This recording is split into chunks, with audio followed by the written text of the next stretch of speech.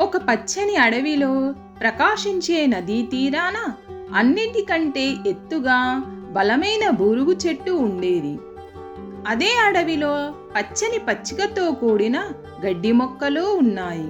ఇవి సునిశ్చితమైన గాలిలో మృదువుగా ఊగుతూ ఉండేవి. ఈ గడ్డి చిన్నదైన ప్రతిసారి నీటి ప్రవాహంలో వంగి మళ్ళీ నిలబడేవి. ఒకరోజు ఈ అడవిలో వినయం మరియు బలం అనే గొప్ప పాఠం నేర్పబడింది. ఆ కథనే వినయం విజయానికి చిహ్నం. పూర్వం ఒక అడవిలో ఒక నదీ తీరాన చాలా వృక్షాలు ఉండేవి. వాటన్నింటిలోకి చాలా పొడవైనది బూరుగు చెట్టు. నదీ తీరంలో పచ్చని పచ్చిక కూడా ఉండేది. నీటి అలలు వచ్చినప్పుడల్లా ఆ గడ్డిపోచలు తలలు వంచి అవి పోయాక లేస్తుండేవి.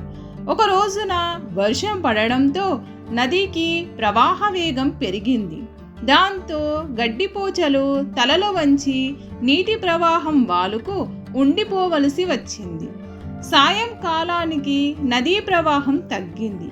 అప్పుడు పచ్చిక మొక్కలు హాయిగా తలలెత్తి నవ్వుకుంటా చుట్టూ చూడసాగాయి. నదీ గట్టు పక్కనే ఉన్న బూరుగు చెట్టు వాటి వైపు చూసి పక్కున నవ్వింది. ఆ సవ్వడికి గడ్డి మొక్కలన్నీ తలలు తిప్పి ఆ సవ్వడి వచ్చిన వైపు చూశాయి. వాటిని చూసి బూరుగు చెట్టు తిరిగి పకపకా నవ్వింది. పక్కనే ఉన్న మిగిలిన చెట్లు దాని వైపు చూసి ఎందుకు నవ్వుతున్నావు అని అడిగాయి. దానికి బూరుగు చెట్టు, గమనిస్తే మీరంతా కూడా పక్కున నవ్వుతారు.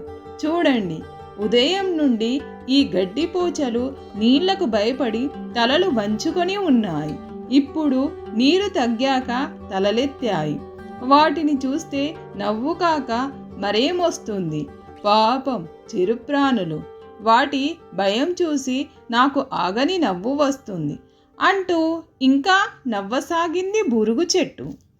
మిగతా చెట్లు తప్పు కదూ, ఇతరులను చూసి అలా నవ్వటం, అవి వింటే ఏమనుకుంటాయి?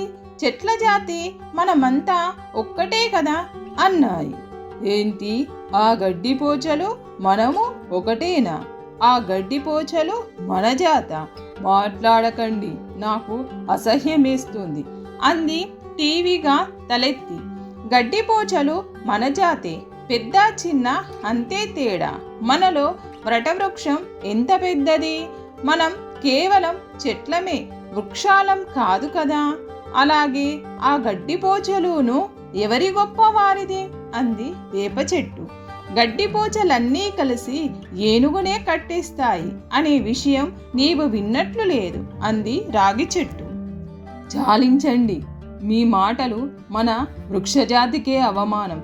పసిపిల్లలు వేలితో తుంపితే తెగే ఈ గడ్డిపోచలు మనము ఒక జాత అంటూ అట్టహాసంగా అరిచింది బూరుగు చెట్టు.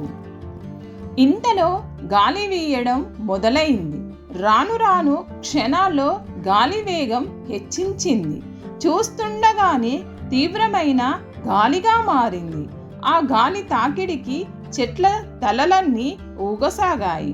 ఆకులు తెగిపడసాగాయి. రెమ్మలు విరగసాగాయి.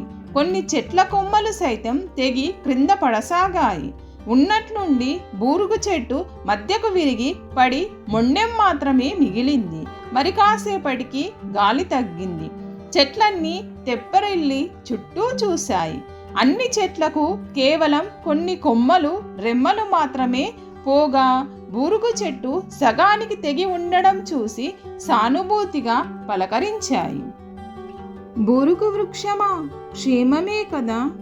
బూరుగు విచారంగా బలహీన స్వరంతో గర్వించిన దాని ఫలితం వెంటనే తగిలింది. చిన్నతనంలో మా అమ్మ గర్వం తీయనైన విషం. ఎప్పుడు దేనికి గర్వించకు. పెద్దవారి ముందు, మనకన్నా శక్తివంతుల ముందు తల వంచడం మంచిది. డాంబికం చేటు చేస్తుంది. గొప్పలకు పోకు, వినయంగా ఉండు అని చెప్పింది.